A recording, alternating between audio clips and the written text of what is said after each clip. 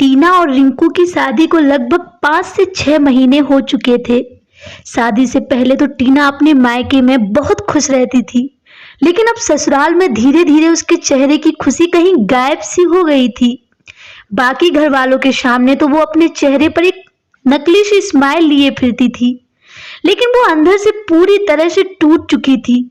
भीतर ही भीतर घुटती रहती थी, मानो उसके अंदर बहुत सारे दुखों का सागर भरा हुआ हो, लेकिन वो अपने अंदर का दुख किसी को भी कभी नहीं बताती।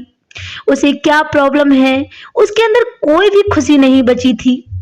वो दिन भर अपने मन में सिर्फ यही सोचती रहती थी कि उसने शादी करके अपनी जिंदगी की सबसे बड़ी गलती कर दी है। और इन सब दुखों की वजह थी टीना का पति रिंकू, जो कभी टीना को समझ नहीं पाया और ना ही उसके प्यार को, और ना ही वो टीना को कभी समझना चाहता था। वो ना तो कभी टीना के साथ बैठकर उससे बातें करता और ना ही कभी उससे ज्यादा मतलब रखता।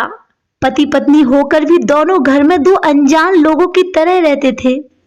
उसे टीना के दुखी रहने से कोई फर्क नहीं पड़ता था।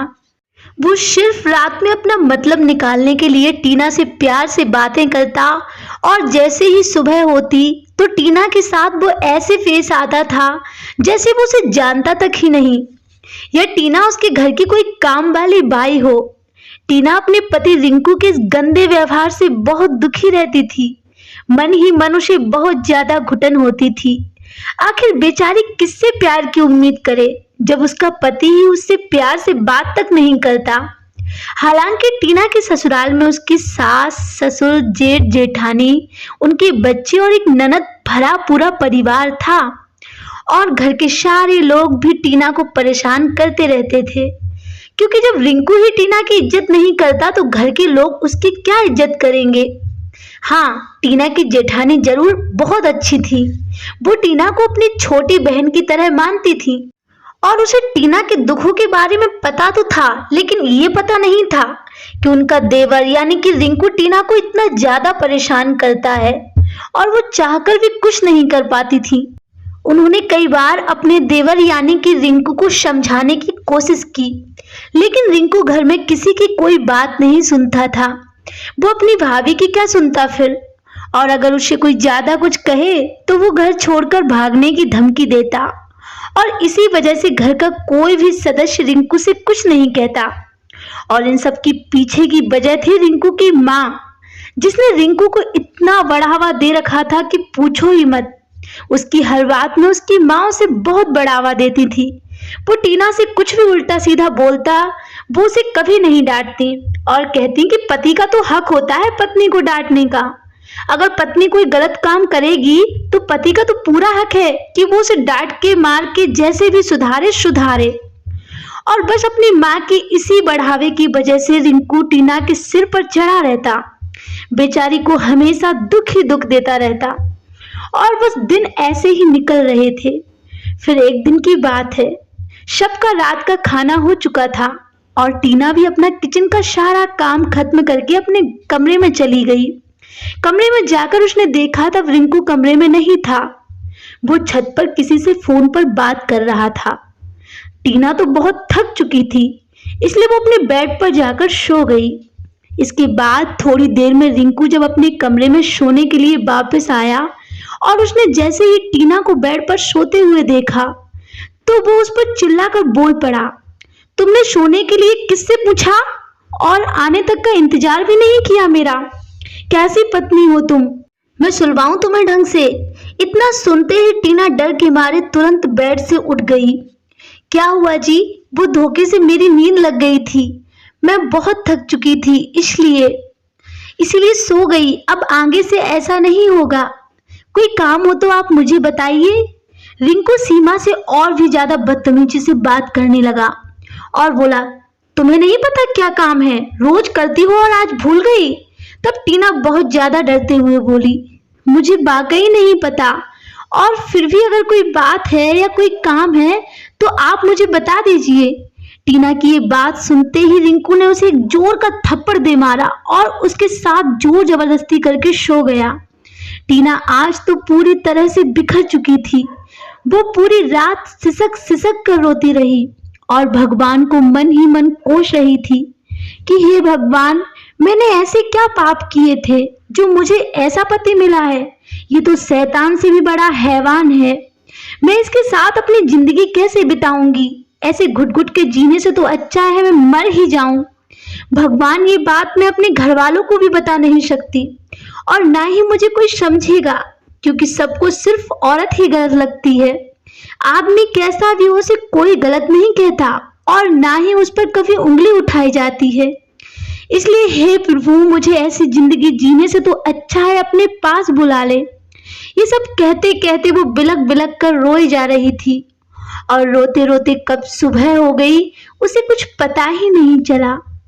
फिर जब सुबह होते ही टीना अपने कमरे से निकलकर घर के कामों में लग गई। टीना की जेठानी भी किचन में काम कर रही थी।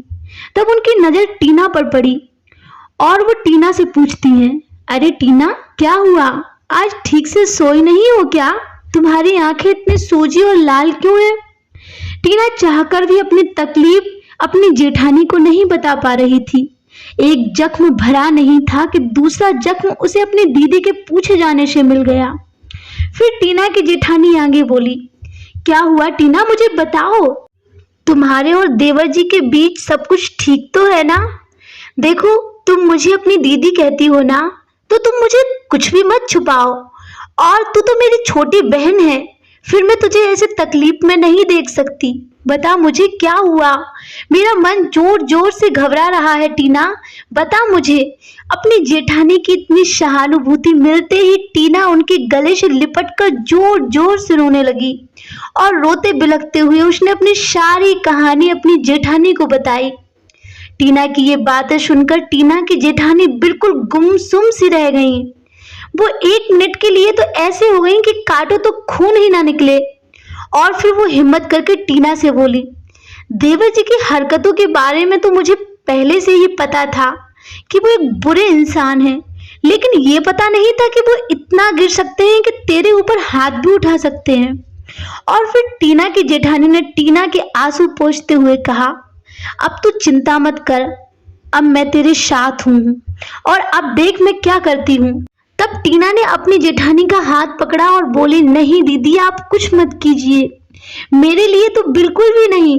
सब कुछ बिखर जाएगा, सब कुछ बर्बाद हो जाएगा और कहीं मेरी वजह से आपके बसे बसाए परिवार पर कोई आज आए तो मैं बर्दाश्त नहीं कर पाऊंगी। और मेरा क्या है, मेरी किस्मत यही है, मैं तो जिंदगी भर सहन करती रहूंगी। वैसे भी दीदी, मुझे तो अब आदत हो गई है इस दर्द में जीने की। तब टीना की जेठानी गुस्से में बोली, तुम जैसी औरतों की वजह से ही इन जैसे गलत करने वालों को हिम्मत मिली रहती है और इनकी हिम्मत और भी ज्यादा बढ़ जाती है। तो कब तक सहन करती रहेगी और इनकी ज्यादती? और क्या भगवान ने तुझे इसीलिए जिंदगी दी है कि तू रोज रोज मर मर के जिए? तुझे अपने लिए लड़ना होगा। तू पत्नी है उस इंसान की, कोई नौकरानी या फिर कोई ऐसी वैसी चीज नहीं। और मैं तेरा साथ पूरे दिल से दूंगी, तू चल मेरे साथ। बस फिर क्या था, टीना की जेठानी ने टीना का हाथ पकड़ा और उसे अपनी सास के कमरे में ले गई।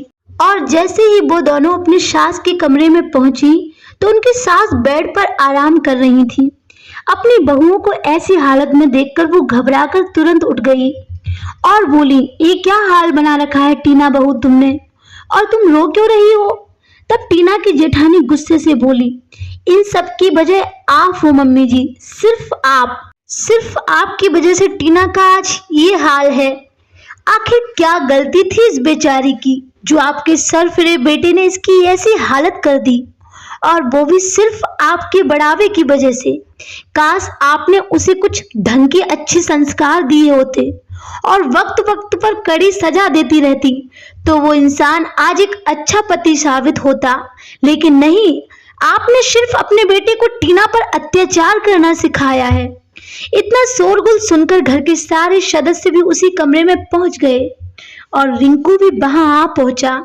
इसके बाद टीना की जेठानी आगे बोली, आप सब इस मासूम का चेहरा देखिए, इसने आप लोगों से कभी कोई शिकायत नहीं की। बेचारी सारा काम चुपचाप करती रहती है, सबकी हर बात मानती रहती है, जो कहो वही करने लगती है। और इन सबके बावजूद भी देवर जी उसे बदले में क्या देते हैं? दुख, आंसू, तकलीफ और बेचारे की गलती सिर्फ इतनी है कि वो अपने पति से सच्चा प्यार करती है, उनसे प्यार की उम्मीद लगाती है और बदले में उसे दिया जाता है कुछ और ही। अरे शर्म कीजिए देवर जी, आप इंसान हैं, कम से कम इंसान तो बने रहिए। उस वक्त टीना की जेठानी इतने गुस्से में थी कि उसके मुंह में जो आ रहा था वो बोले जा रही थी, बिना किसी की परवाह किए। और वो इसलिए नहीं कि टीना को वो अपने बहन समझती थी, बल्कि इसलिए क्योंकि वो खुद एक औरत थी और एक औरत का दुख वो अच्छे से समझ सकती थी। और सब लोग चुपचाप उनकी बातें सुने जा रहे थे। और फिर वो आगे बोली, अरे हमारे घर में भी एक बेटी है, कल को इनकी भी शादी होगी, कल को इनका भी पति अगर इनके साथ ऐसे करेगा, इनको दुख देगा, इन्हें सताएगा, इन्हें खून के आंसू रुलाएगा, इन पर हाथ उठाएगा, तो आप सबको कैसा लगेगा? झेल पाओगे क्या आप सब? महसूस करके देखिए, नहीं सहन कर पाएंगे। क्यों? क्योंकि वो आपकी बेटी है और इन लोगों की बहन। अरे ऐसे ही तो टीना भी किसी की बेटी है, किसी की बहन है, तो उसे इतना दुख क्यों? इतना सुनते ही टीना का पति रिंकू गिड़गिड़ाते हुए टीना के पैरों में गिर गया और उससे माफी की भीख मांगने लगा और बोला, मैं बहुत मतलबी हो गया था टीना, मैं बहुत बुरा इंसान हूँ, लेकिन अब मैं सब कुछ समझ गया। मैं तुम्हें कभी दुख नहीं दूंगा, हमेशा अपने आप से ज्यादा खुश रखूंगा। तुम वाकई में बहुत अच्छी पत्नी हो और मैं ये बात कभी नहीं समझ पाया। तुम मेरे लिए अपना सब कुछ छोड़कर यहाँ आई और मैं अपनी माँ की बातों में आकर तुमसे ना जाने क्या क्या बोल देता था और ना जाने तुम्हारे साथ कितना गंदा व्यवहार किया। मुझे मारो, तुम जो सजा दोगी मुझे मंजूर है, पर मुझे माफ कर दो। इतना सुनते ही टीना ने रिंकू को उठाया और गले से लगाकर फूट फूट कर रोने लगी। आज पहली बार वो अपने आप को बहुत मजबूत महसूस कर रही थी। इसके बाद टीना की सास ने भी अपने किए की टीना से माफी मांगी और टीना ने उन्हें तुरंत माफ कर दिया और फिर सब खुशी खुशी अपनी जिंदगी व्यतीत करने लगे।